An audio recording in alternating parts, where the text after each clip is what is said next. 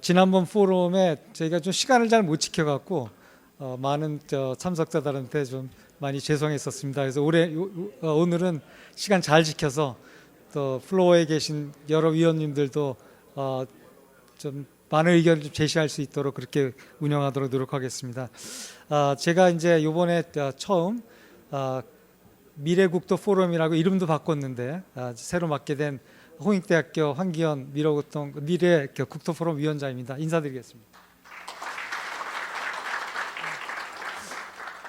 저도 이제 여기 국토 포럼 올 때마다 항상 느끼는 게 너무 일찍이어서 제가 또 위원장 맡고 나니까 잠을 못 자겠더라고요. 그래서 거의 잠 못 자고 왔습니다. 아마 많은 분들이 저랑 비슷한 처지에 있을 것 같습니다. 저희가 2014년에 이제 한반도 국토 포럼으로 출범을 해갖고 8년 동안 한 30몇 회 저희가 했고요. 좀 전에 말씀드렸지만 저희가 이제 그 포럼 이름을 좀 바꿨습니다. 신임 회장님이 오셔갖고 이제 이 미래 국토 포럼이 뭔가 우리 기술 분야를 크게 이렇게 어우를 수 있는 우상 같은 역할을 했으면 좋겠다. 결국 우리 미래국토 포럼이 이제 새로운 어떤 비전을 던지고 이 먹거리를 던지는 그런 역할을 좀 해주시면 좋겠다고 해서 저희가 이름을 한반도 국토 포럼에서 미래국토 포럼으로 바꿨습니다.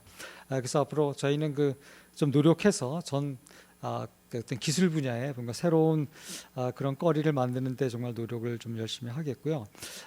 오늘부터 이제 오프라인으로 저희가 행사를 하지만 오늘부터 저희가 녹화이긴 하지만 온라인으로도 저희가 보실 수 있도록 유튜브를 좀 저희가 녹화를 좀 할 예정으로 있습니다. 그래서 혹시 주변에서 좀 놓쳐서 안타까우신 그런 분들이 계시면 좀 알려서 많이 좀 홍보 좀 부탁드리고요.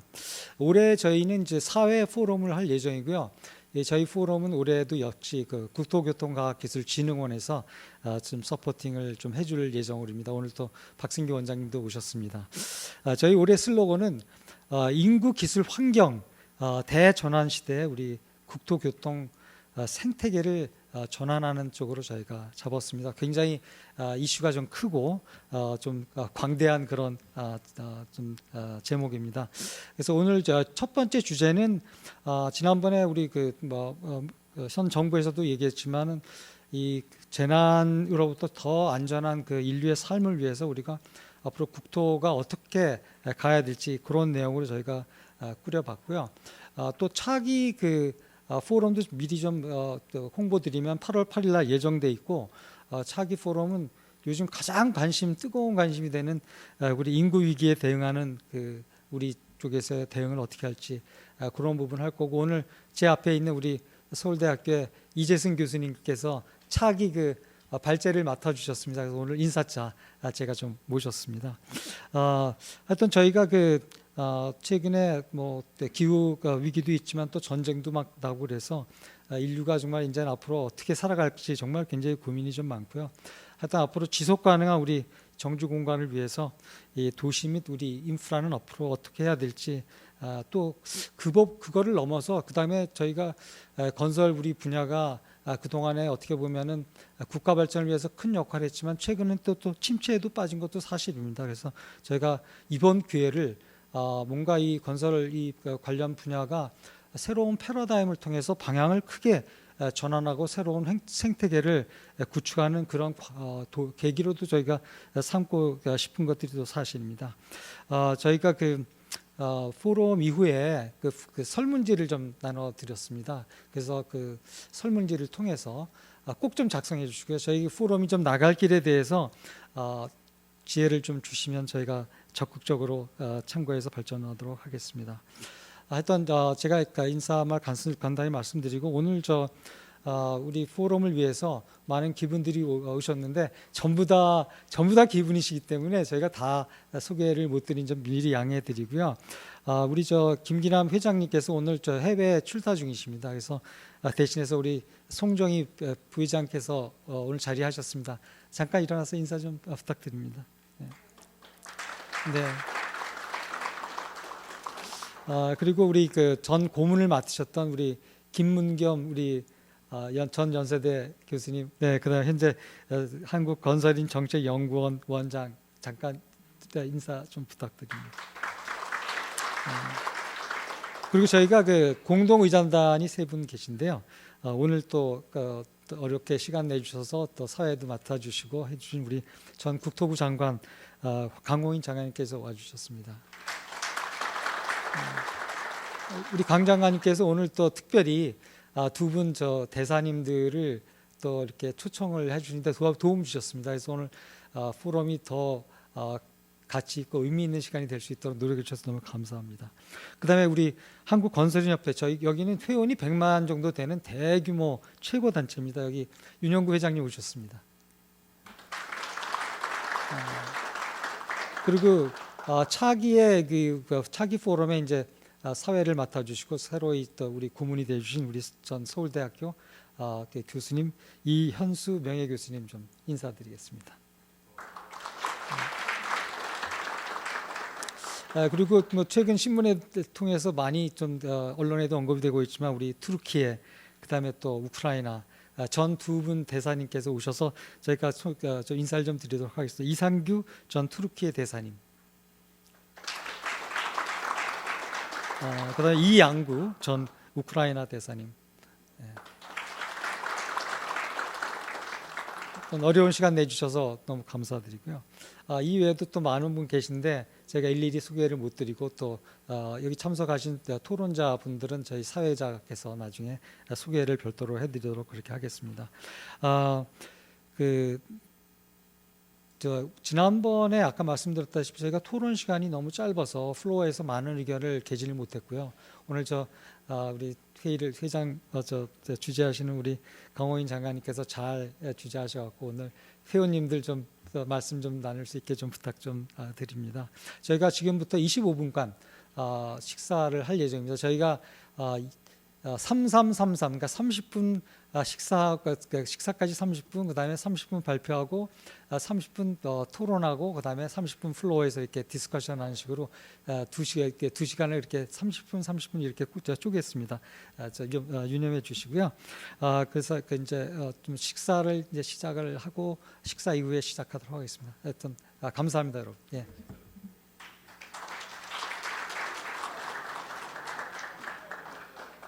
미래국토포럼 공동의장 강호연입니다. 지금부터 본격적으로 제35회 미래국토포럼을 시작하도록 하겠습니다.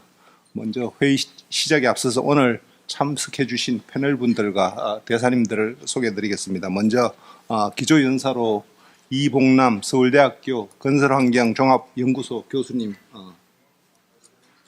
발표해 주시겠습니다. 그리고 패널분으로는 신범식 서울대학교 정치외교학부 교수님을 초청하였습니다. 이강훈 해외인프라 도시개발지원공사 사장님이십니다. 그리고 이병수 삼성물산 건설부문 부사장님이십니다. 오늘 특별 지정학적 지역을 다루다 보니까는 또 두 분의 전임 대사님을 초청하였습니다. 특별 초청 인사로 이상규 전 터키 대사님을 모셨습니다. 그리고 이양구 전 우크라이나 대사님도 함께 자리해 주셨습니다. 예, 현대 사회는 자연재해와 기타 위기 상황으로부터 인류와 국토를 보호하고 안전을 확보하기 위한 정책과 전략의 중요성이 더욱 커지고 있습니다. 오늘 이 자리에서는 우리에게 공동으로 직면한 도전에 대응하기 위해서 혁신적인 정책과 기술을 구축하고 미래 사회의 도약을 위한 방향성을 모색하고자 합니다. 또한 단순히 재난과 안전에 대한 문제를 넘어서 국토 발전과 인프라 구축 그리고 지속 가능한 도시개발에 대해서도 전략적인 토론과 협력을 목표로 합니다. 따라서 오늘 미래국토포럼에서는 전문가들과 함께 재난으로부터 더 안전한 인류의 삶과 국토를 위한 정책 및 전략이라는 주제로 토의하는 시간을 마련하였습니다. 재난으로 인해 무너진 도시와 사회 인프라 재건을 위한 건설 분야 생태계 재구축과 원팀 코리아 대응 방향에 대해 함께 논찬하고 국제적인 사례와 경험을 공유함으로써 미래 국토의 안전과 발전을 위한 해법을 모색하는 좋은 기회가 되길 기대합니다. 먼저 이봉남 교수님께서 30분간 기조 발표를 해주시고 세 분의 패널리스트께서 포럼의 주제와 관련하여 각 업역의 의견을 말씀해 주실 예정입니다. 그리고 이어서 특별 참석해 주신 두 분의 대사님들께서는 각국의 재난 관련 사항과 그에 필요한 국가 차원의 지원, 협력 방안에 대해 말씀해 주시겠습니다. 연사 패널분들의 경력은 가지고 계시는 자료에 상세히 소개되어 있으니 참고해 주시기 바랍니다. 시간을 내서 발표를 수락해 주신 연사님, 패널분과 대사님들께 특별한 감사의 말씀을 드립니다. 먼저 연사이신 이봉남 서울대학교 건설환경종합연구소 교수님의 발표를 듣겠습니다. 시작해 주시죠. 예, 감사합니다. 2010년도에 우리나라 탑 어떤 회사에서 최고 경영진이 회의를 하는데요. 사업 모델에 대해서 어떻게 하면 자기네 집을, 주택을 해외에다가 시장을 넓힐 수 있냐는 말씀을 하셨어요. 그때 제가 말씀드린 게 여러분들 그룹 규모 같으면 집이 아니라 도시를 파셔야 되는데 왜 집을 파시려고 그럽니까? 지금 이 사태가 그대로 반영이 되어 있는 겁니다. 우리가 지금까지 알고 있던 건설의 시각으로는 이 재난은 어떤 점을 파괴를 하는 게 아니라 면하고 선을 파괴를 하거든요. 그러니까 시각을 상당히 넓게 가져야 되지 않을까. 특히 우크라이나나 이게 트루키에 같은 데는 제가 이게 두 가지 그림을 보여드립니다. 하나는 응과 양이죠. 하나는 이솝 우화입니다. 이솝 우화에서 제가 표현하고자 했던 것은 많이 아는 지식보다는 많은 지혜가 필요한 게 아닌가. 그래서 제가 그림을 붙였습니다. 우선은 우리 인프라라고 그러면 사람들이 그냥 토목 건축으로 이렇게 보시는데 사실은 우리 생활에 지금 그 호텔 룸 안에도 인프라가 존재를 합니다. 교통, 에너지, 환경, 수자원, 통신 이걸 같이 봐야 되지 않느냐. 도시는 하나의 이거 인프라의 수요자일 뿐입니다. 이 토목 건축을 보는 시각에서 좀 벗어나야 되지 않을까. 그다음에 인프라는 어느 나라나 공통적으로 개인 소유가 아닙니다. 국가 소유입니다. 우리나라 헌법에도 이걸 분명히 하고 있습니다. 안전하고 쾌적해야 된다. 그다음에 주거 정책을 담고 있습니다. 헌법에 명시가 되어 있는 겁니다. 정부가 윤석열 정부에서도 해외 사업에 대해서 상당히 공을 들이거든요. 그런데 왜 그럴까요? 국가는 돈을 봅니다. 기업은 해외 사업에서 손실을 보더라도 국가가 덕을 본다는 게. 국가에서 이익은 어떻게 챙기냐면 들어오는 돈하고 나가는 돈, 국가 안으로 들어오는 거, 국가 밖으로 나가는 거. 근데 기업은 기업 안으로 들어오는 거 밖으로 나가는 거. 예를 들어서 국내 인건비, 정부는 수입으로 보지만 기업은 손실로 보는 거하고 똑같습니다. 그래서 이제 매달리는 거예요. 근데 2014년도부터 급격하게 해외 시장이 우리나라 해외 수주액이 줄어집니다. 이게 왜 그럴까요? 국가는 이게 몇십억 달러 버는데 해외 진출한 기업들의 수지는 1% 내외입니다. 이거는 뭐냐면 극렬하게 보여주는 거거든요.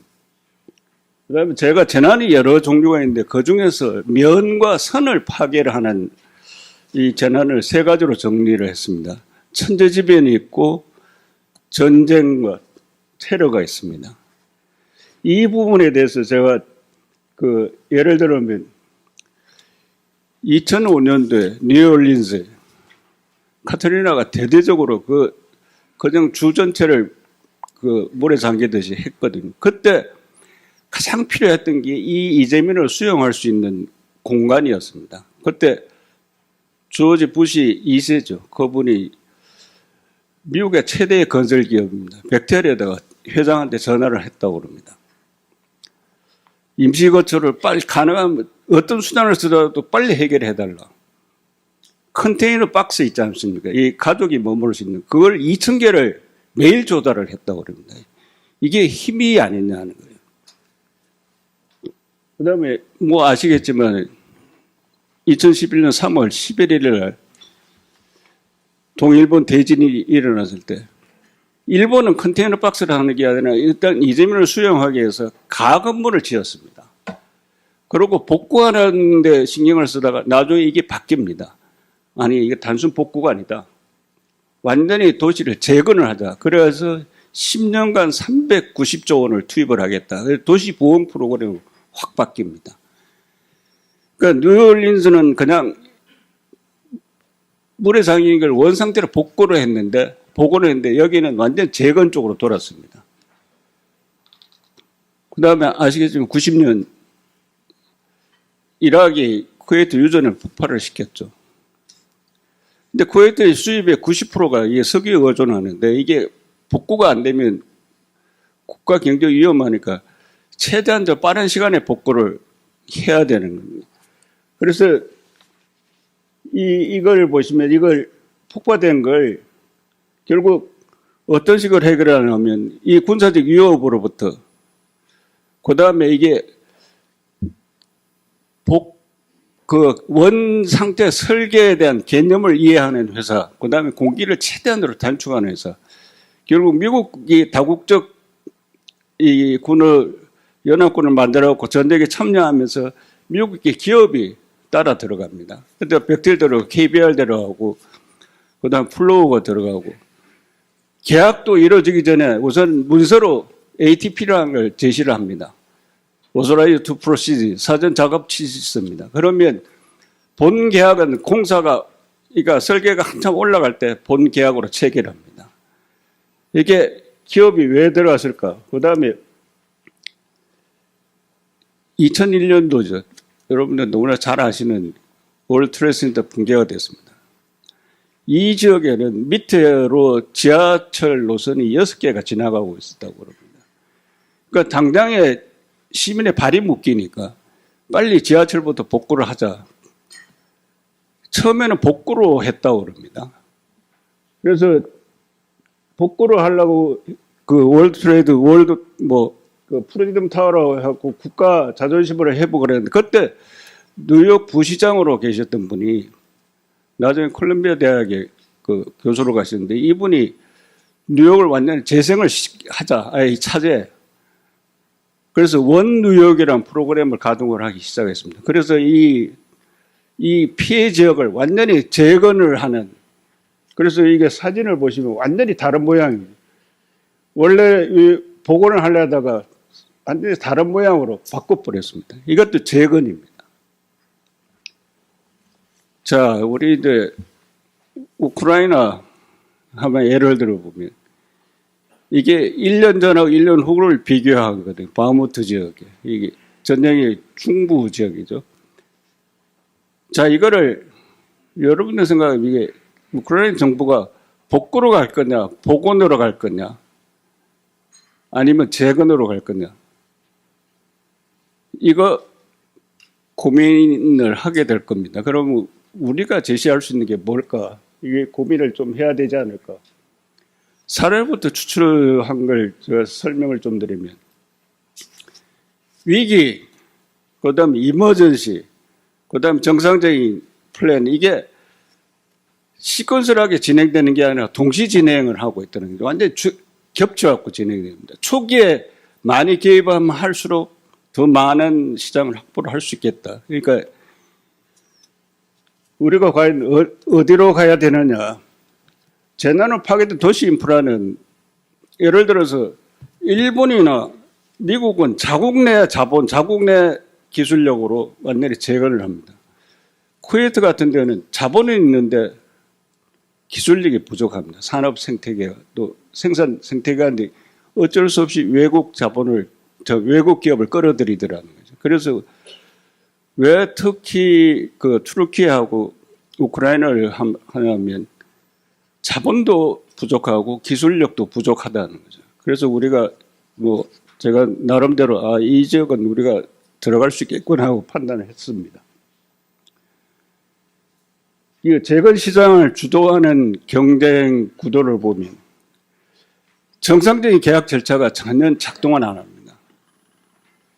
상당히 빠른 속도로 진행이 되기 때문에 이미지가 상당히 중요합니다. 그 나라가 가진 이미지, 그 다음에 산업체의 이미지, 그 다음에 자본력입니다. 물론 아까 제가 우리나라 헌법에도 인프라를 국가 자산으로 했듯이 이 도시 인프라가 무너졌다는 소리는 뭐냐면 어쩔 수 없이 국가 대 국가가 창구를 개설할 수밖에 없는 상황입니다. 개별 기업이 접촉하기가 상당히 힘듭니다. 그래서 제가 이 말씀을 드렸던 거고요. 한국건설이 도전할 재건 시장은 분명히 맞기는 맞는데 단순히 돈이 없는 국가에다가 도급으로 들어가는 건 상당히 제한적이지 않겠냐 하는 겁니다. 자, 이게 도급형으로 가는 것보다는 시장을 만들어 가야 되는 시장으로 매드바이에서 매기스로 바꿔야 되지 않겠냐. 왜 한국건설이 선도자로 나서기 위해서는 이 중간에 생산 부분, 사업을 창조하는 부분, 그 다음에 운용하는 부분, 이 퍼스트 무브로 움직이려면 양극단으로 가야 됩니다. 중간보다는 우리가 EPC에는 상당히 강합니다. 그런데 EPC 앞에서 사업을 창출하는 부분, 컨세션 부분, 특히 시설을 운용하는 부분은 우리가 좀 부족하지 않느냐. 터키와 우크라이나 막대한 피해를 봤다는 소리는 우리가 보통 프로젝트라 그러면 하나의 나무거든요. 근데 면은 숲을 형성을 합니다. 그 다음에 면이 합해지면 국토가 되잖아요. 그러면 이건 산림입니다. 그러니까 1차원에서 2차원에서 3차원을 공간으로 발전을 하거든요.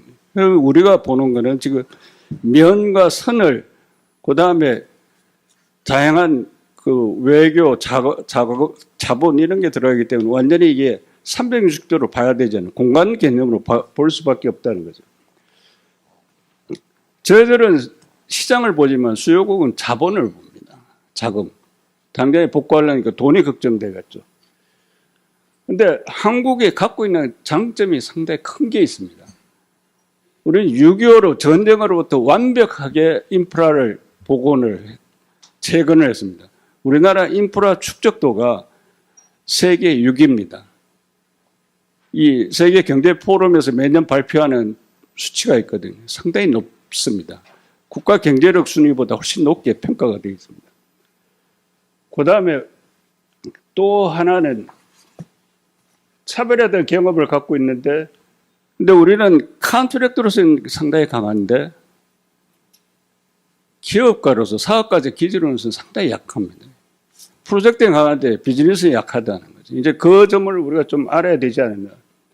그 다음에 우리가 한국이 독식이나 우리 한국인끼리 이 여기에서 이제 코어 코리아로 넘어가야 되지 않냐. 이게 상당히 큰 전환점을 마련해야 될 것 같다는 거죠. 그러면 우크라이나나 왜 튀르키예가 한국을 주시라 할까? 말씀드리는 것처럼 이겁니다.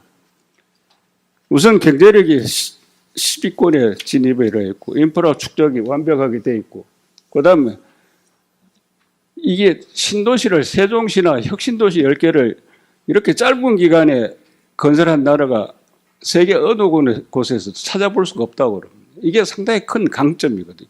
우리가 우리를 너무 모르고 있지 않나 하는 겁니다. 선진국 글로벌 기업을 선진국과 차별화된 게 최근에 이게 우크라이나 카오오카 댐 붕괴가 됐는데 우리가 아픈 경험이지만은 2018년도 5월 달에 라오스에서 댐 붕괴가 됐었죠. 그때 완벽하게 복원을 했습니다. 상당히 저는 왜 이 회사가 이 경험을 세일하지 않을까 하는 좀 의구심을 갖고 있거든요. 이게 댐 붕괴된 걸 갖다가 이렇게 그 큰 피해 지역을 완벽하게 복원시킨 경험을 가진 회사가 많지가 않습니다. 그 다음에 우리가 글로벌 시장에서 좀 특이한 것들 많이 건설을 했습니다. 최고 높은 건물, 최장, 길이, 교량, 이런 걸 건설하는 게 누구나 다 알고 있거든요. 이게 우리가 가진 자산입니다. 이걸 갖다가 어떻게 시장으로 연결할 거냐. 우크라이나하고 튀르키예를 선정한 배경은 이들 나라가 갖고 있는 위치가 상당히 저는 단순히 재건시장 참여뿐만 아니라 이들 국가들하고 얼라이언스를 하면 상당히 좋은 기회가 많이 열릴 것 같다. 특히 한국에 대한 이미지가 상당히 좋거든요. 그 다음에 러시아 쪽, 그 다음에 동부 유럽 쪽, 중부 유럽 쪽 진출하는데 우크라이나 상당히 강점을 가질 수 있고, 그 다음에 터키에는 이슬람이니까 이슬람 국가, 중동하고 북아프리카 쪽에 상당히 얼라이언스를 갖추면 상당히 유리할 것 같다. 그런 전환을 했습니다. 그 다음에 또 자원을 갖고 있습니다. 혹시 여러분들 터키의 땅, 우리 대상에 계시면 제가 터키 이야기를 들어보니까 땅이 하도 넓어갖고요. 비료를 안 준답니다. 비료를 주면 소화불량이 걸린다고 그럽니다. 너무 많은 곡식이 생산이 되고. 우리가 그런 것도 이용할 수 있지 않겠냐. 기회는 뭐 말씀드린 것처럼 두 나라 다 자원이 풍부합니다. 그 다음에 상대적으로 기술력이 부족하고 자금이 부족한 그걸 저희들 나라에서 역으로 이용할 수 있지 않겠냐. 불안은 터키가 이번에 5.18 선거에서 끝나기는 에르도안이 장기 집권으로 들어가면서 경제난 때문에 사회 불안이 계속될 거다 같은 시한폭탄을 안고 있는 게 있고, 그 다음에 이 우크라이나는 영토 분쟁인데 과연 우크라이나가 영토를 회복한 상태에서 종전을 할까? 아니면 지금 있는 상태에서 할까? 그러면 시장 규모가 확 달라지거든. 두 나라를 비교했습니다. 우리나라하고 비교를 해보니까 터키는 아직까지 정확하게 시장 예측이 안 하고 있습니다. 그런데 대충 미국 지질조사국에서 저 정도 지진 같으면 피해 면적은 우리 남한 면적입니다. 남한 면적보다 약간 크거든요. 근데 GDP 아마 10% 이상은 손실이 발생할 거다.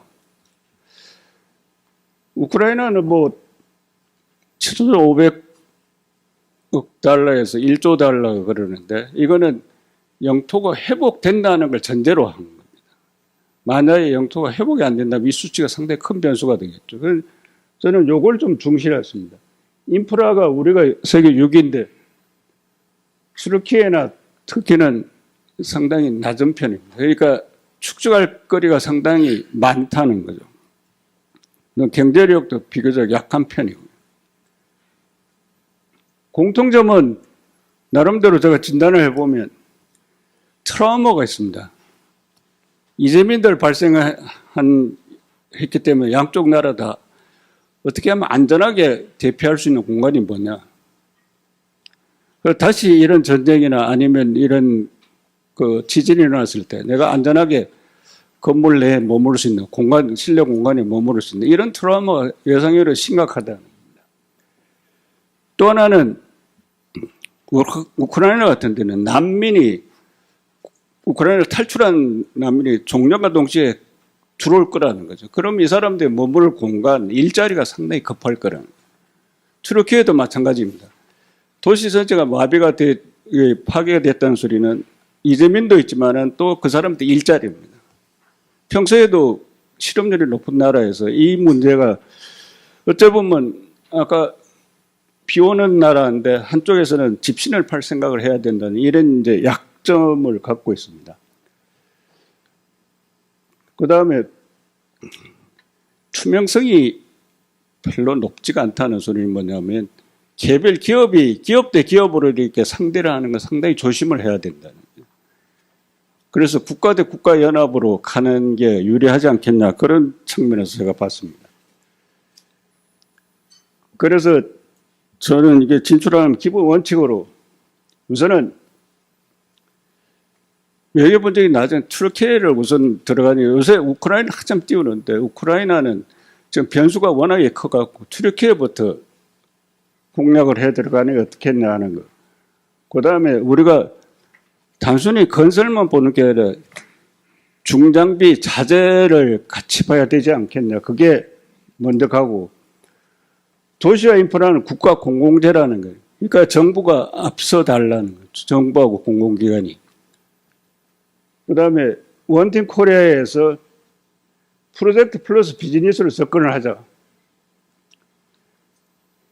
근데 우리를 좀 봐야 되지 않을까 싶습니다. 우리는 천과 끝을 이렇게 보는데 여기에 들어가 있는 것들 요 앞부분에 이렇게 보시면 시장을 창출하고 컨세션 플랜에 들어가는 것들은 보면 이게 우리나라 건설의 직무 분류하는 게 있습니다. 국가표준 직무 분류, NCS.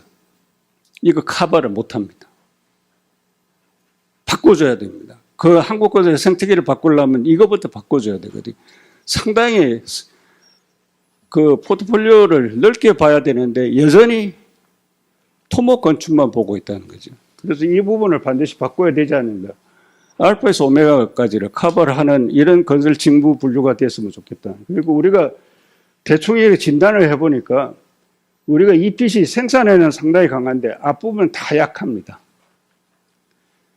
개선이 필요합니다. 아까 앞부분에서 이야기하는 그 부분, 그 직무 능력이 키워지지 않으면 상당히 어렵겠다는 이야기를 합니다. 그래서 시장의 전략 선택도 하나의 나무만 보지 말고 나무를 보는 거지. 지금 개별 기업들은 나무를 보고 있을 겁니다. 나무에서 숲을 보고 국토를 보려고 그러면 거기에 따라 전략이 프로젝트의 프로그램이 있는데 자 이게 이제 기관들하고 국내 기관들하고 어떻게 팀을 구축할 거냐. 식물로는 되지 않을 것 같다. 그러니까 사업 성격에 따라 갖고 다양하게 팀을 구성을 해야 되지 않겠냐. 우선은 제일 급한 게 지금 당장 해야 될 부분은 저는 이거라고 봅니다. 우선은 수주 지원단이라는 게 지금 이게 수주가 아니거든요. 시장 진출입니다. 수주는 도급이라는 생각을 갖고 있는데 이거는 사업을 창출하는 거기 때문에 지원단으로 해갖고 비즈니스 팀으로 좀 바꿨으면 좋겠다. 그 다음에 원팀 코리아에서 다국적 연합으로 바꿔야 되지 않을까. 그리고 투르키예, 우크라이나 이게 규모도 큰데 장기간 갈 거라는 거죠. 이걸 그냥 템포로를 넘어갈 수 있는 성질이 아니다. 그 다음에 요거를 하나 제안을 하려고 그러는데 업사이드 컨설팅 팩토리입니다. 우리나라에서 대규모 이게 R&D 사업을 하고 있거든요. 현장 작업을 최소화시키고 공장 제작분을 늘리는 겁니다. 그러면 요 우크라이나하고 투르키예 요 가지안테프하고 여기 오데사하고 마리우폴 요 지역에다가 조선하고 같이 원자재를 그쪽으로 수송을 해주면 배로 선박을 해주면 거기서 가공을 해갖고 현장에서 설치만 하는 쪽으로. 그러니까 개발 프로젝트가 아니라 그걸 플랫폼으로 생각을 하면 모든 자재를 그쪽을 거쳐가도록 이렇게 하면 상당히 생산성이 높아집니다. 그리고 품질이 상당히 좋아지고 모든 공사가 패스트트랙으로 진행을 할 수가 있습니다. 그리고 웨이스트 제로를 만들 수가 있고 그런 쪽으로 한번 우리가 구상을 할 수 있지 않나. 그 다음에 장비와 자재, 스플라이 체인에 이게 망을 이 거점 항만에다가 배치를 해두는 것도 괜찮겠다는 생각을 합니다. 단기 전략은 프로젝트하고 프로그램을 선정을 해서 주도 그룹을 선정을 하자. 그냥 팀만 구성을 하니까 누가 이 사업은 누가 주도를 해야 된다는 걸 갖다가 지명을 해갖고 가자는 거예요. 그 다음에 당장 급한 게 임시 거주 시설입니다. 이 부분을 먼저 처리를 해야 되지 않을까 하는 거예요. 그 다음에 이게 이번에 카오카 댐 이 지역에 피해 면적이 워낙에 넓거든요. 그래서 국내 S그룹이 이게 좀 나서주면 좋겠다는 생각을 합니다. 우리가 무시를 했던 감추고 싶은 아픈 경험이지만 이게 상대국에는 상당히 귀중한 경험이거든요. 이걸 상품화 시키는 것도 좋겠다. 단기간에는 EP 사업에 집중을 하는데 이 사업도 저는 금융이 반드시 따라 들어갈 거라고 봅니다. 단순히 우리가 발주를 하나 해도 그냥 컨스트럭션의 금융 패키지가 수반이 되지 않을까 하는 생각을 합니다. 그래서 초기에는 나무에서부터 시작을 하는데 궁극적으로 가는 건 산림으로 가자는 거고요. 중장기 전략은 우리가 국토부가 선언을 했죠. 글로벌 탑4에 진입을 하겠다. 그 다음에 인재 양성이 좀 필요합니다. 해당국에도 인재 양성이 필요합니다. 그러면 거점 항에다가 아예 교육센터까지 만들어갖고 좀 고급 기능공도 양성을 해줘야 됩니다. 워낙에 기능들이 낮기 때문에. 그다음 기술자도 그 리더급을 양성하는 교육기관을 만들었으면 좋겠다. 그다음에 아까 말씀드렸던 직무 교육, NCS는 반드시, 지금 NCS가 지금 제가 알기로는 8월달, 9월달까지 개편을 한다고 그러는데 저는 현재 있는 프레임으로는 아무리 개편해도 안 될 거라고 봅니다. 제가 농담으로 어떤 자문회에서 그런 이야기를 했거든. 걸레를 아무리 빨아봐야 수고는 안 된다. 걸레는 걸레일 뿐이다. 그러니까 처음부터 화장실을 디자인을 하고 그다음에 수건을 디자인하는 게 맞다. 지금 우리나라 건설이 그런 기로에 있다는 겁니다. 그다음 초대형 재건사업 진입을 위한 시나리오, 다양한 시나리오가 개발이 지금 당장이 필요하지 않을까 하는 겁니다. 중장기 전략으로는 그렇고요. 그다음 중장기 전략으로는 이제 이쪽으로 가야 되지 않냐. 그리고 우리를 잘 너무 과소평가를 하는 것 같아요. 빨리 홍보 패키지를 만들어 우리의 강점을 계속 세일즈를 할 필요가 있다고 봅니다. 저는 미국이나 프랑스 회사들이 상당히 부러운 거는 그 사람들은 일을 상당히 오래 했는데 조만한 걸 갖다가 얼마나 그 크게 확대를 하는지 결국 뭐냐면 사람은 거기에 매몰 되더라고요. 우리도 이제 그런 전략이 좀 필요하지 않냐. 그래서 예. 예전말로는 프로젝트 비즈니스 공존한다. 그 다음에 장기간 장기전을 펼쳐야 된다는 거. 그 다음에 검증의 지식을 한국의 강점을 최대한 활용을 하는 쪽으로 가자. 그 다음에 저는 이 사업을 계기로 해갖고 한국 건설의 생태계를 완전히 바꿨으면 합니다. 점으로 승부를 거는 시대는 이제 지났다고 봅니다. 한국 건설. 국격 자체가 어렵거든요. 그래서 명과 선을 다스릴 수 있는 3차원으로 확대를 하자. 그런 제안을 드리면서 제 그 발제를 마치겠습니다. 감사합니다.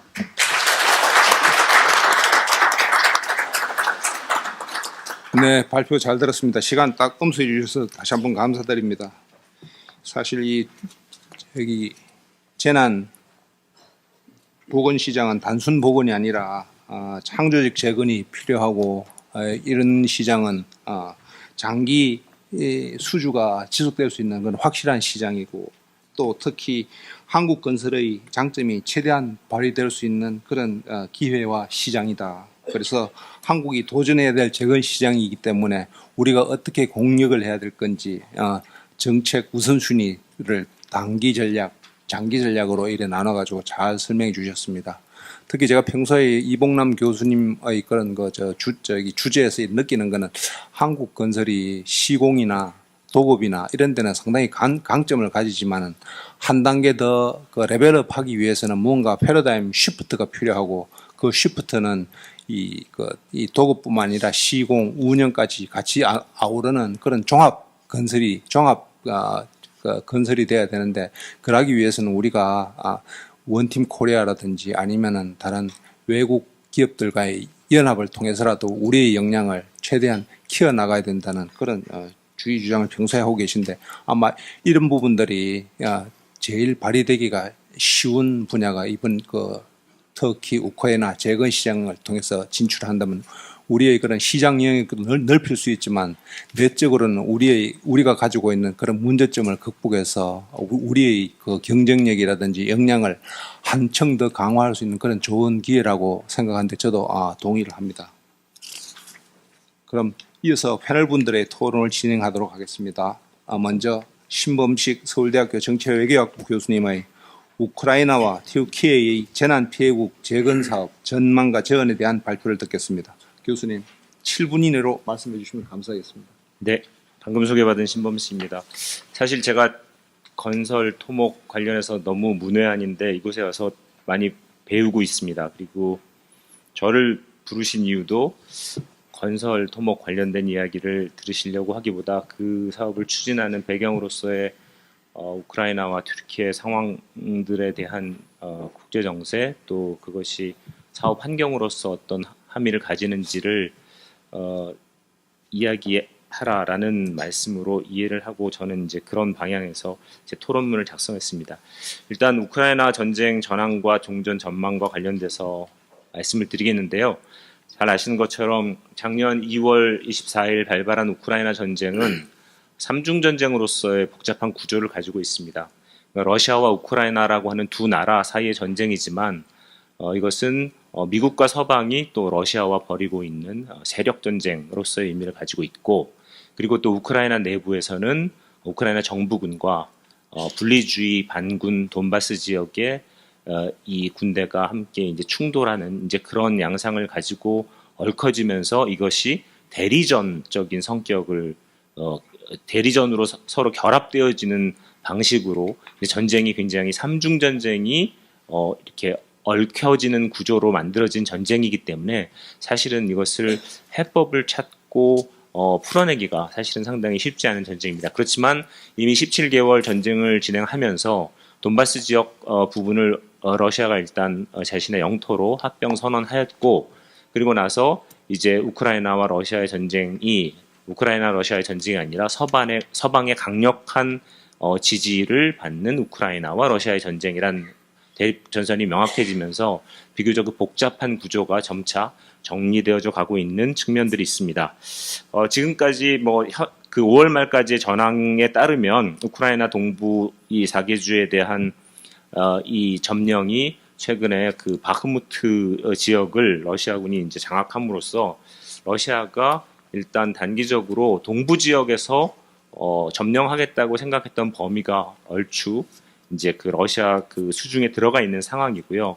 이에 대해서 우크라이나가 서방의 지원을 잘 축적해서 이제 이 빼앗긴 영토를 일정 부분 내지는 상당 부분 회복하기 위한 공세를 시작을 하였습니다. 6월 초에 그 이제 반격이 시작되었는데 이 반격의 양상을 아직 이제 그 결과를 예단하기는 쉽지 않습니다만 지금 우크라이나가 굉장히 열심히 그 러시아에 대한 그 반격을 진행하고 있지만 또 러시아도 이에 대해서 만만치 않게 막아내고 있는 형국이 되었습니다. 그러니까 지금 상황은 전투의 상황은 도리어 우크라이나가 공세를 띄고 러시아가 막는 수세를 띄는 이제 그런 구조로 가고 있다고 말씀드릴 수 있고요.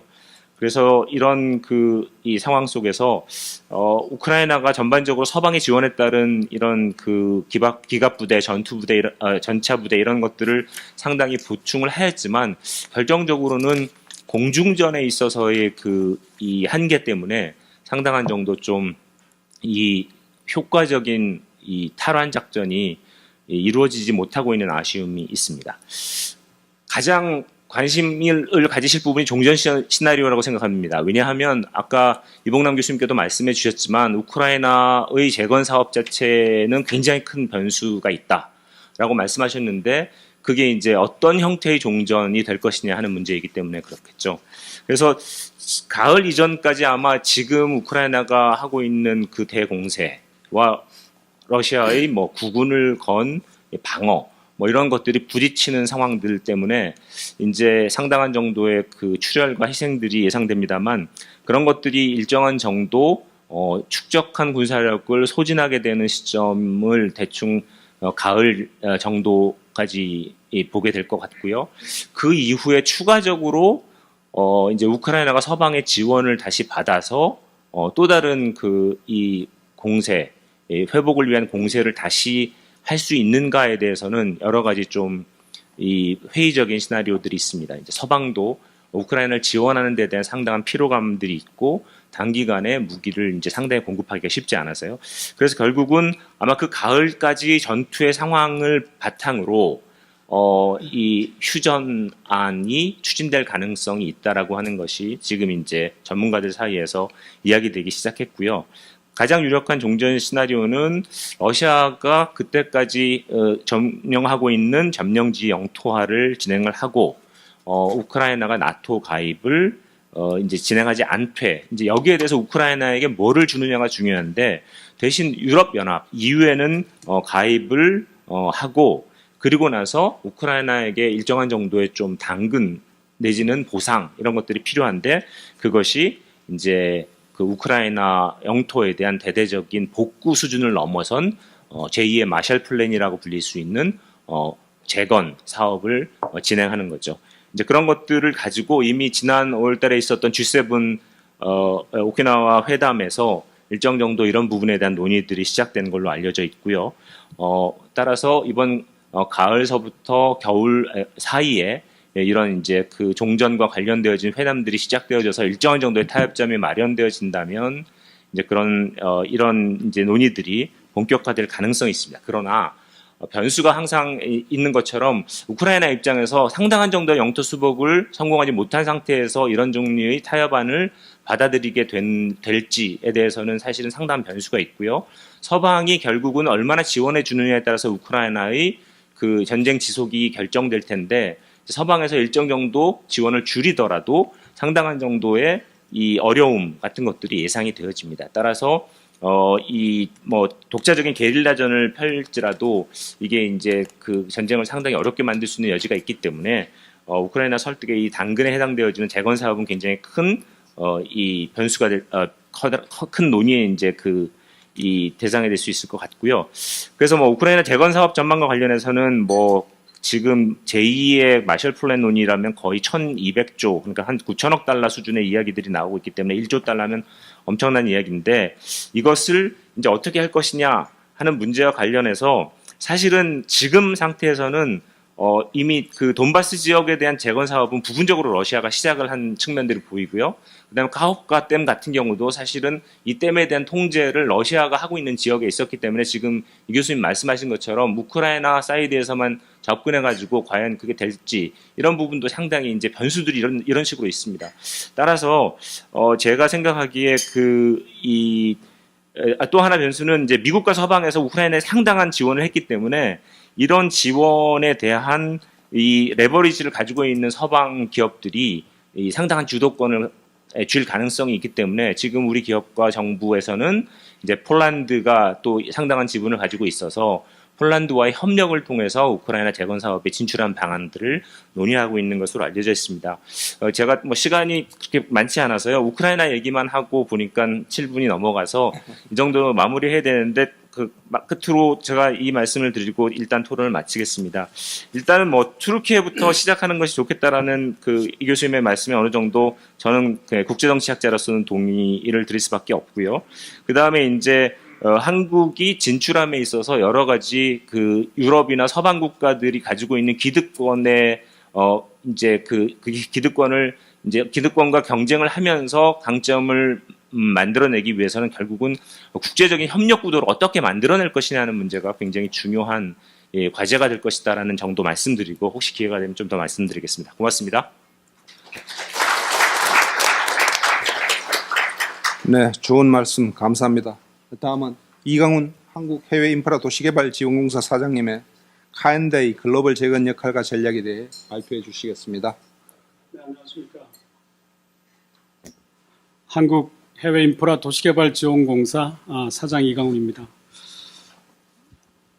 오늘 한국공학한림원 제35회 미래국토포럼에서 카인드에 대한 소개와 글로벌 재건 사업과 관련된 카인드의 전략, 대응 노력 등에 대해서 말씀드리게 되어 영광스럽게 생각합니다. 먼저 카인드를 소개해 드리겠습니다. 2018년 6월 해외건설 촉진법에 의거해서 해외 투자개발형 사업을 전문적으로 지원하기 위하여 정부, 수출입은행, 도로공사 등 10여 개 기관의 출자로 설립된 공공기관으로 지난주 6월 8일 날 창립 5주년을 맞이한 아직은 그렇게 많이 알려지지 않은 국토교통부 산하기관입니다. 그렇지만 취업을 준비하는 취준생들 사이에는 긴 회사 이름 대신에 친절공사라고도 불려지고 있습니다. 저희 조직은 3개 본부에 9개실에 임원 5명, 정규직은 69명이며 도로공사 등 공공기업으로부터 파견 오신 분 9분을 포함해서 함께 근무를 하고 있습니다.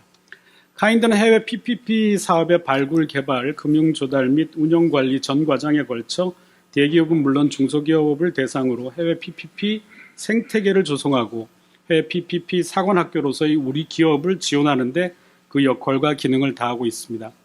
카인드가 정책사업으로 국토교통부 재원의 KCT 네트워크, 기재부 재원의 EIPP라고 해서 옛날 KSP와 같은 그런 프로그램입니다. EIPP, 또 G2G 협력, 해외 인프라 협력센터 등을 통하여 사업을 발굴하고 그 이후에 또한 국토교통부 재원의 타당성 조사를 통해 사업의 개발, 그래서 개발 비용을 지원하는 역할도 함께하고 있습니다. 현재 저희들 딜 파이프라인에 있는 약 70여 개의 사업들은 이러한 과정들을 거쳐 사업화되고 있습니다. 그리고 지분 수익 채무증권 등 직접적인 투자와 함께 정부에서 조성한 정책펀드, GIF, PIS까지 관리하고 있으며 이런 과정에 수출입은행의 EDCF, EDPF, 또 세계 여러 MDB들과 코파이낸싱 금융자문들의 업무도 함께하고 있습니다. 지난 5년간 미국, 영국 등 선진국가, 사우디아라비아, 동남아, 남미 등에서 약 12개국 20개 사업에 4억 8천만 불을 직접 투자하기로 약정하였고 이를 통해 우리 기업들에게 EPC 47억 불 정도 수주를 견인할 수 있도록 지원하였습니다. 아울러 그 6,300억 규모의 GIF, 1조 1천억 원 규모의 PIS 펀드도 조성하여 지금까지 15개국 29개 사업에 전체 한 1조 원 정도를 투자하고 있고 이를 통해서 우리 기업들에게 2조 원 이상의 수주 효과를 기여하고 있습니다. 그래서 카인드에 대해서 좀 더 그 이해를 돕고자 한두 개 사업을 더 말씀드리면 폴란드 폴리체의 그 총사업비 18억 불 PDHPP 화학 플랜트 사업에 저희가 한 5,700만 불을 투자하여서 현대 엔지니어링이 EPC 12억 불을 수주하도록 지원한 것으로 다음 주 폴란드 대통령을 모시고 시제품 생산 준공 행사가 있는데 저도 참석할 계획입니다. 그리고 미국 오하이오주 트럼블 가스복합 화력 발전은 총사업비 12억 불이고 남부 발전이 56% 지분을 가지고 있고 저희들이 17% 약 1억 불을 투자해서 금년 4월에 착공을 했습니다. 그래서 미국 시장 진출도 도모하고 있고 특히 그 프로젝트 파이낸스와 인프라스트럭처 저널지인 IJ 글로벌로부터 또 파워딜 오브 더 이어 상을 수상하기도 하였습니다. 그리고 제 임기 중에 가장 큰 현안 사항은 카인드의 법정 자본금을 현 5천억에서 2조 원으로 높이는 것인데 작년 10월에 발의하여서 금년 3월에 국토교통위 전체회의를 통과하였고 이번 달 말에 법사위와 본회의를 통과하면 입법화가 마무리될 것 같습니다. 그래서 카인드의 역량이 커지는 것만큼 이를 통해서 우리 기업들을 더 많이 지원할 수 있게 되기를 바라고 있습니다. 이상으로 저희 카인드에 대한 소개를 마치고 글로벌 재건 시장, 특히 우크라이나 전후복구 사업과 관련한 데 초점을 맞춰서 카인드를 포함한 원팀 코리아 진출 전략 및 대응 방안에 대해서 말씀을 드리겠습니다. 전쟁이 장기화하면서 우크라이나 경제에 미치는 타격이 커지고 있어서 IMF에서도 재건비를 1조 1천억 불 정도로 추산하고 있고 여기에 소요되는 예산의 90% 이상이 그랜트로 예상되고 있어서 현 시점에서 민간 투자보다는 무상 원조가 우선될 것으로 보입니다. 우크라이나 정부의 재건 계획 2단계에 해당되는 금년부터 2025년까지는 시급한 임시주택, 학교, 병원 등에 대한 중점 재건 대상으로 원조 자금을 활용한 재정 사업으로 발굴된 가능성이 높아 보이고요. 3단계인 2026년 이후부터 에너지, 물류, 교통망 등 주요 인프라 사업에 대한 투자 개발형 사업 발주가 주를 이룰 것으로 전망하고 있습니다.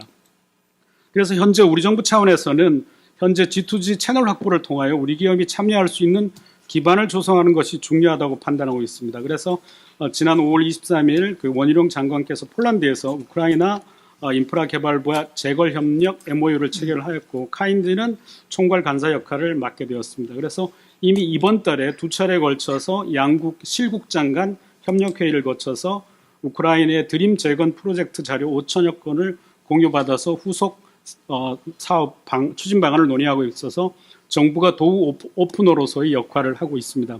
이를 바탕으로 카인드는 신속히 사업을 실행하는 것이 우선 저희들의 역할이라고 생각을 합니다. 그래서 우크라이나 정부의 우선순위 요청 사업에 대해서 카인드는 기존의 ODA보다 의사결정 과정이 빠른 KCT 네트워크, EIPP 등의 프로그램들을 통해서 사업 발굴 단계부터 우리 기업들을 참여시키고 인프라 도시 재건 현대화를 위한 마스터플랜 성과물을 토대로 하여 FS 타당성까지 그를 이어가서 그 결과를 우크라이나 정부에 제공하고 협의를 거쳐서 우리 기업들이 참여하는 제한형 사업으로 구조하여 투자 및 펀드 등 금융 지원까지 연계해서 사업을 실행에 옮기고자 합니다.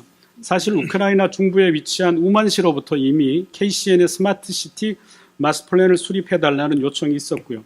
그래서 저희들은 KCN 등 프로그램을 통해서 신속히 사업을 시행하는 방안을 우크라이나 정부 측과 추진하고 있습니다. 그리고 첫 진출 지역을 거점으로 해서 우리나라가 지원 규모를 늘려가면서 점차 영역을 넓혀가는 방안도 가능하리라 생각합니다. 카인드가 지난 5월 장관님과 폴란드 방문 시 인접 국가인 폴란드 투자청과 교류 협력을 위한 MOU를 체결하여 우크라이나 진출의 교두보를 확보하였고 재건 사업의 한 우크라이나 폴란드 3자 협력 체계 진출 방안도 모색하고 있습니다. 아울러 원팀 코리아, 수은 무보, 코이카 등 여러 해외 지원 기관들과도 긴밀하게 협력하고 저는 어제 그저께 수요일 부산에서 OSJD 그 국제 철도 협력 기구 장관회의에 참석한 우크라이나 차관 일행과도 면담을 하고 다음 주에 런던에서 열리는 2차 우크라이나 재건회에도 우리 직원들을 출장 조치하는 등 재건사업 진출을 위한 여러모로 기회를 만들어 가고자 합니다.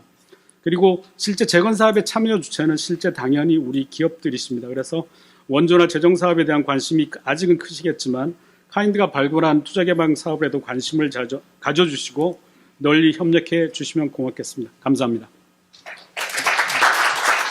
네, 발표 감사합니다.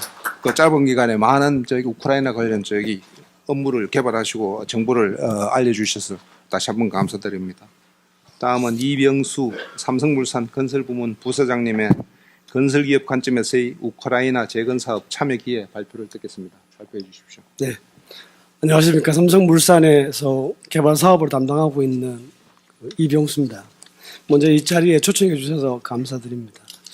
앞서 이봉남 교수님의 그 발제 연설을 보면서 큰 전략 방향이라든가 시각에 대해서는 오늘 많이 느끼고 배워가는 것 같습니다. 그래서 저는 오늘 발표 여기 패널 참석해서 말씀드리고 싶은 거는 저희가 이제 그 현업의 기업가로서 또는 민간 회사로서 바라보는 그 우크라이나 재건 사업의 전략 방향이라기보다는 현실적인 고민들 그리고 how to에 대한 그런 얘기들을 좀 말씀드리고자 합니다.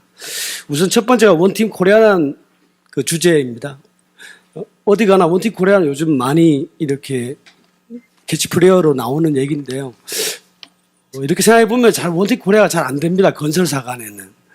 옆에 계시는 이제 카인드와 건설사가 이렇게 하는 경우도 있지만 그러면 우리가 고민을 왜 안 될까라고 가만히 생각해 보면 서로 이해가 또는 이익이 충돌되기 때문에 그렇거든요. 같은 건설사끼리 같은 업역을 같이 하라고 하니 혼자 하고 싶은데 그게 현실적인 그 기업 집단의 생리잖아요. 그래서 저는 생각을 좀 이렇게 해봤으면 좋겠습니다. 사실은 그 동유럽에 또 우크라이나 포함해서 보면 우리 건설업보다는 우리 상사 또는 우리 제조업, 전자라든가 이런 기업들이 상당히 네트워크와 업역이 깁니다. 그러면 우리 건설업과 그런 타 산업 구간의 원팀이 이루어지는 것이 좀 더 효과적이고 현실적이라고 보는 거고요. 왜 그런가 하면 아까 또 다른 측면에서 김문환 교수님도 말씀하셨지만 건설회사의 한계가 지금도 계속 몇십 년째 우리가 그 프로젝트를 보지 말고 비즈니스 와이즈로 개발 단계까지 보라고 해도 계속 안 보는 이유는 우리 자체의 역량도 학교에서 배운 게 토목 건축과 기계기 그 부분도 있지만 기업이 가지는 한계도 분명히 있습니다. 그런데 옆을 돌아보면 상사 같은 회사들은 원래부터가 사업을 비즈니스화 시켜서 계속 해오던 회사거든요.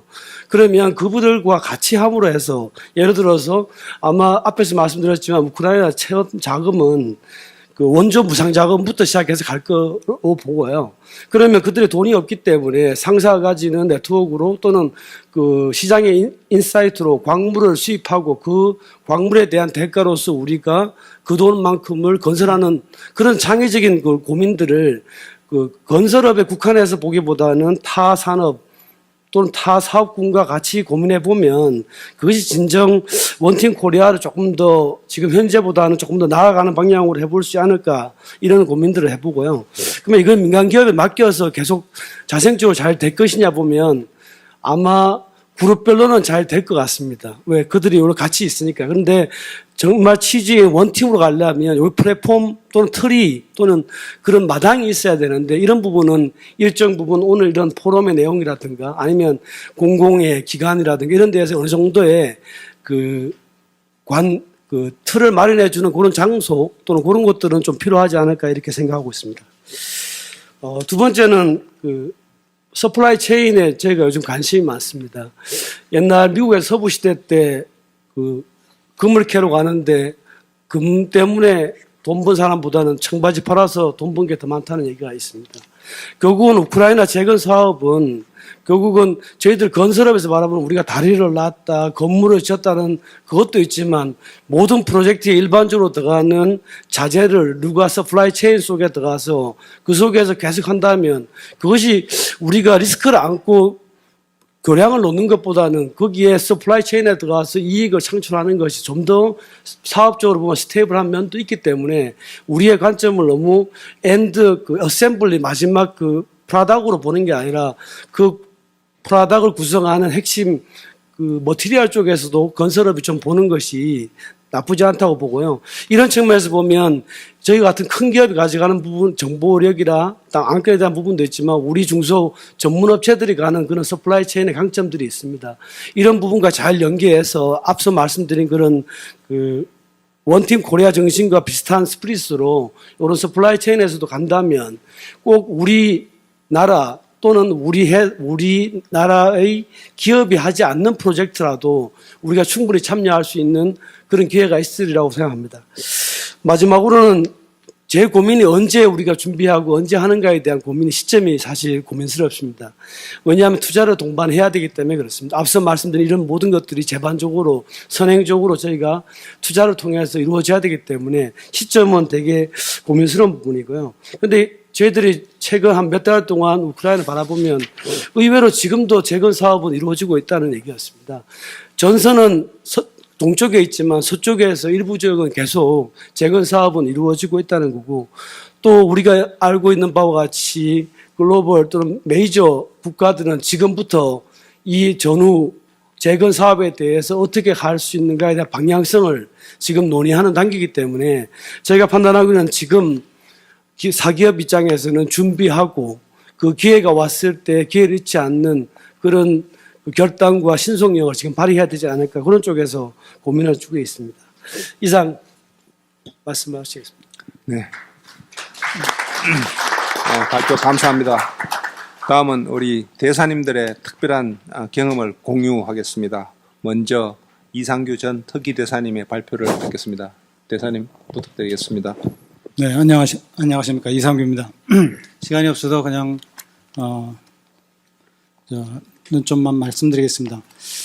튀르키예 재난 상황과, 그 다음에 튀르키예 재난, 도시 재건 사업 진출을 위한 우리 기업들의 그 진출을 위한 조언을 몇 가지 말씀드리겠습니다.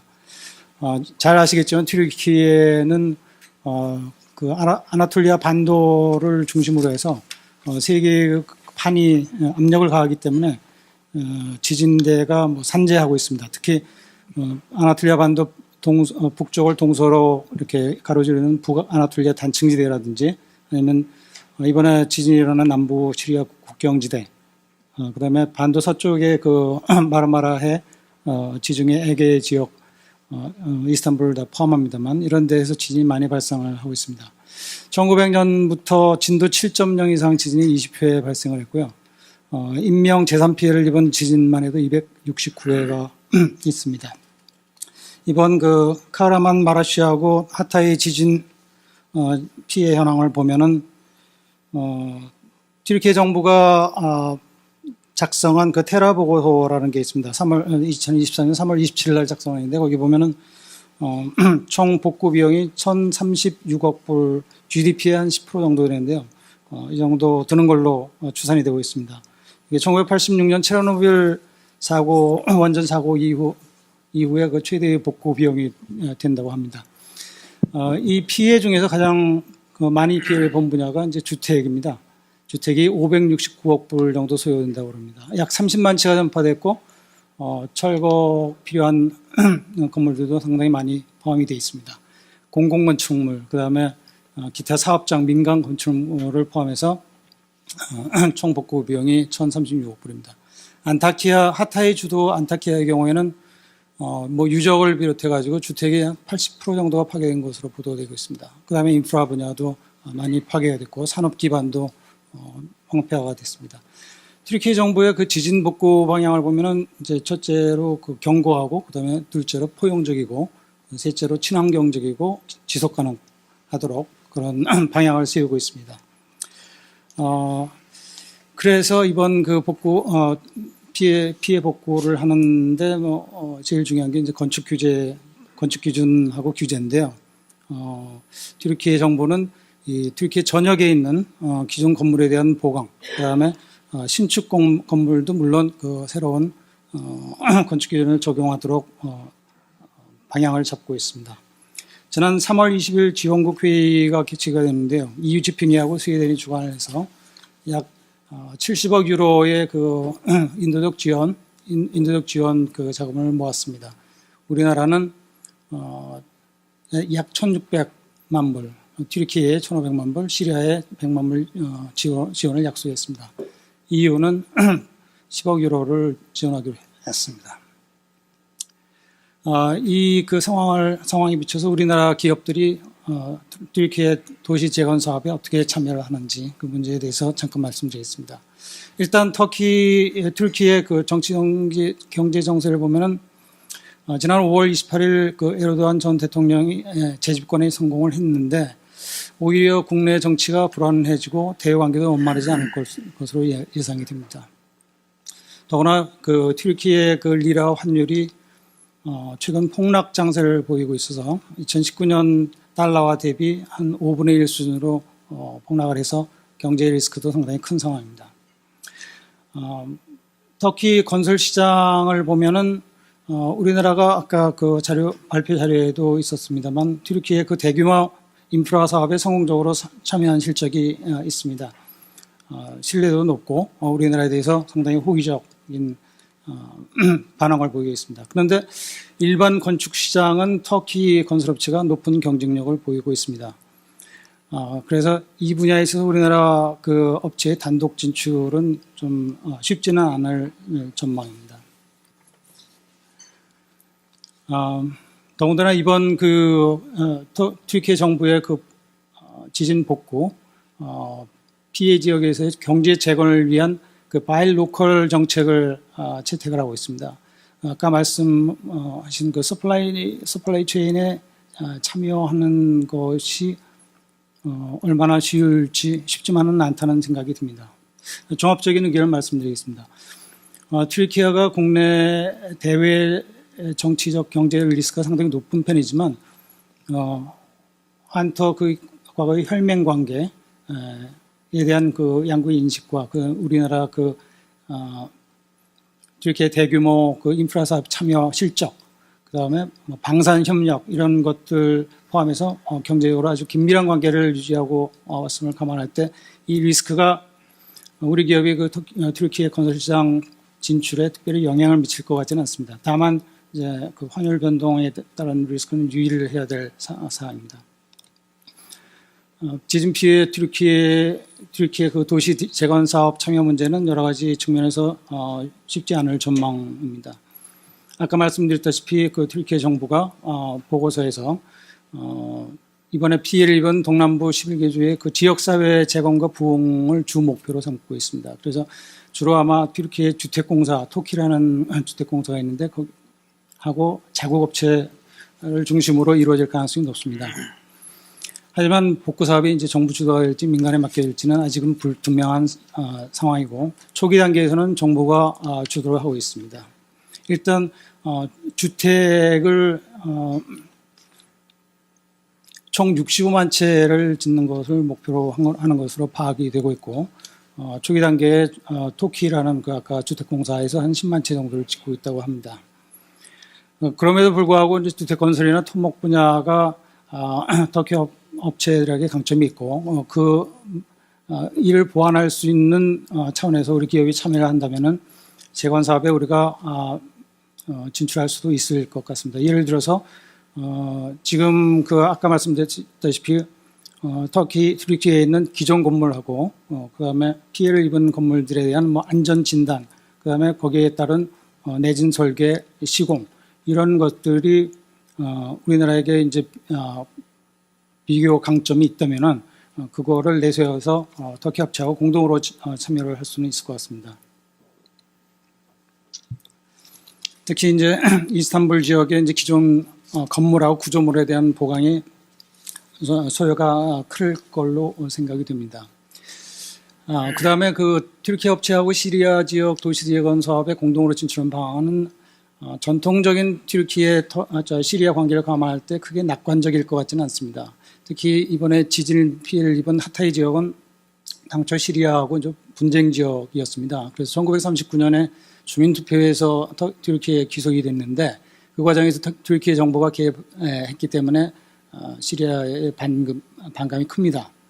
더구나 최근 근래에 들어서 이제 유프라테스 강의 물 분쟁이라든지 시리아가 또 쿠르드 반군이나 아르메니아 반 튀르키예 테러 단체들을 지원하고 있었기 때문에 관계가 좋지가 않습니다.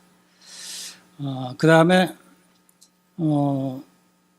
제가 그 하나 조언을 드릴 거는 튀르키예 그 건설업체들이 우크라이나에 기존에 많이 진출해 있고 가격 경쟁력하고 지리적인 이점이 있기 때문에 우크라이나 그 전후복구 사업이 본격적으로 진행이 되면은 공동으로 참여를 하는 게 좋지 않나 이렇게 생각이 듭니다.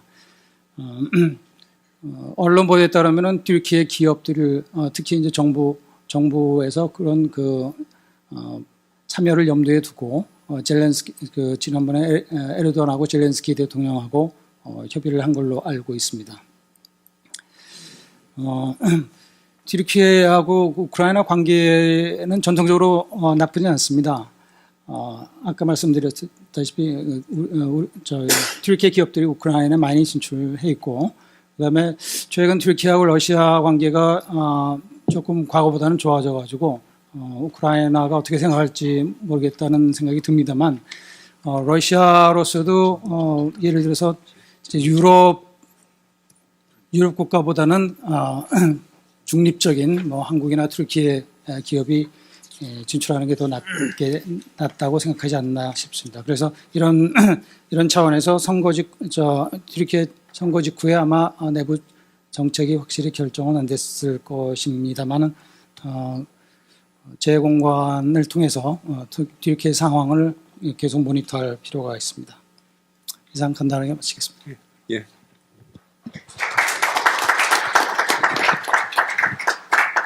이상규 대사님 좋은 경험 공유 감사드립니다.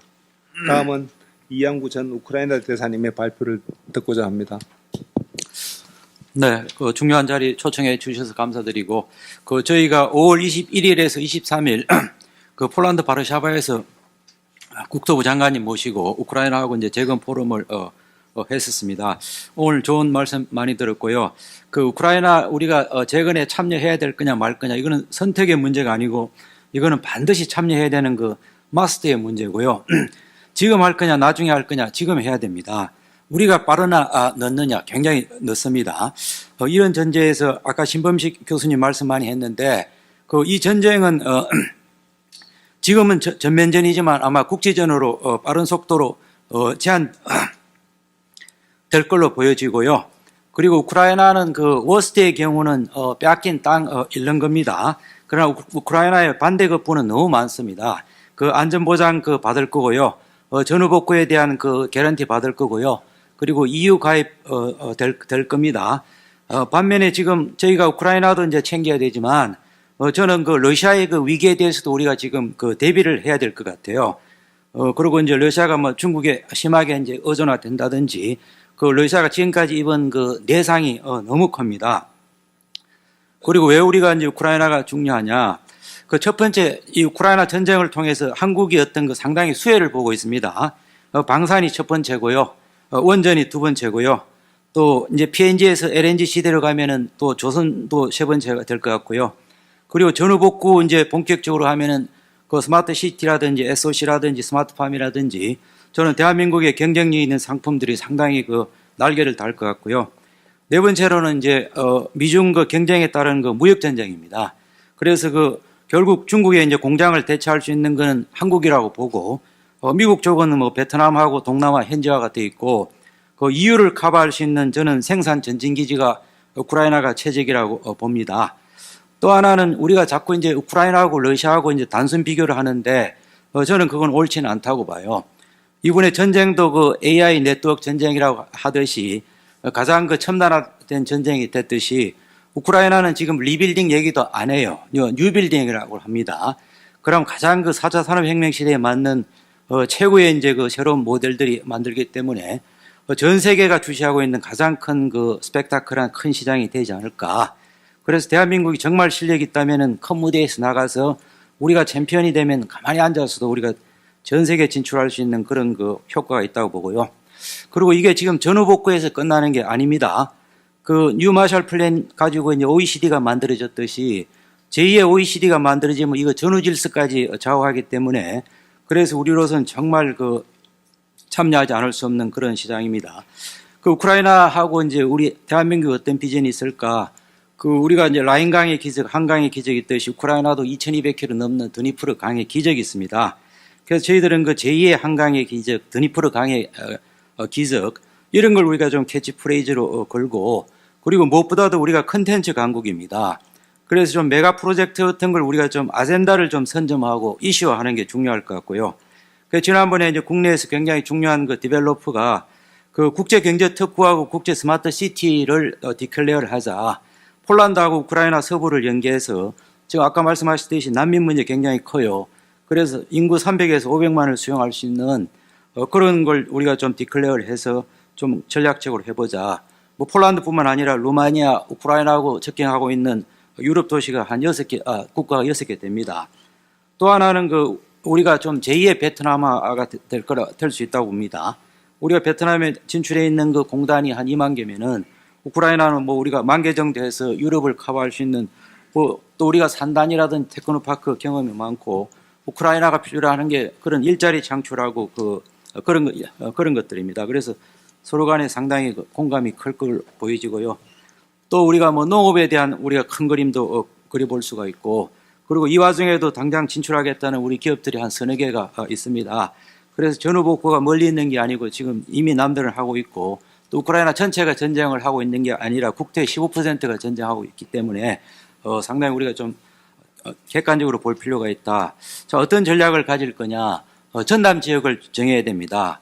그래서 이미 유럽 몇 나라들은 그 주나 시를 정했고 우리도 한 2개 정도 정해야 될 걸로 보여지고요. 그 두 번째는 우리가 자꾸 이제 전후복구라는 그것만 염두에 두면 안 됩니다. 비즈니스 에지 유저를 해가지고 디벨롭먼트하고 인베스트먼트까지 우리가 좀 같이 챙겨야 되고 그리고 우크라이나에서 이제 돈이 어디 나오느냐 그런 얘기들을 많이 합니다. 첫 번째는 그 뉴 마셜 플랜 할 것 같으면 큰 펀드가 만들어질 거고요. 두 번째는 양자 차원의 그 유무상 그 원조. 세 번째는 우크라이나 차원의 그 농지 사유화하는 게 있습니다. 이 3,200만 헥타르 농지 사유화 천문학적인 돈이 될 거고요. 네 번째 그 공기업 민영화하는 거 있습니다. 그 3,200개가 넘습니다. 그리고 우크라이나가 이제 투자 인센티브 차원에서 그 PPP하고 이제 BOT 뭐 이런 것도 굉장히 좀 장려를 하고 있고 그리고 이제 그 곡물이라든지 광물이라든지 그런 그 현물도 있기 때문에 저희들은 그 돈 만들 수 있는 그 소스는 많이 있지 않겠느냐 그런 생각이 들고 정부가 좀 꼭 하나 해줬으면 하는 게요.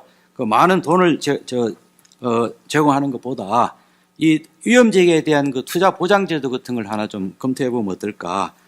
이미 G7 차원에서 이제 그런 논의가 있는 걸로 알고 있는데 저희 정부에서도 좀 그런 걸 좀 검토해 보면 좋겠고요. 마지막으로 아까 또 이봉남 교수님도 얘기했지만 지금 우리가 지식이 필요로 게 아니고 지혜가 필요할 때고 지금 그 데이터로 승부하는 게 아니고 통찰과 안목과 야성으로 승부해야 될 때 같아요. 저는 우크라이나는 어떤 공식을 들여다봐도 더 잘못될 수 없는 나라입니다. 그래서 우리가 좀 그런 자신감을 가지고 우크라이나 좀 진출을 하면 좋겠다. 그 롯데그룹의 일화가 하나 생각이 납니다. 그 신격호 회장님은 모스크바에 반드시 진출해야 되겠다고 판단을 했는데 참모들이 다 반대했답니다. 그랬더니 이제 한 고위직 그 뭐라고 했냐면은 회장님 우리가 언제 제국의 수도 한복판에 깃발을 꽂겠습니까? 그 얘기를 해서 롯데가 진출했다는 그런 아름다운 일화도 있는데 그 우크라이나는 지정학적으로 유라시아의 그 허틀랜드라고 그럽니다.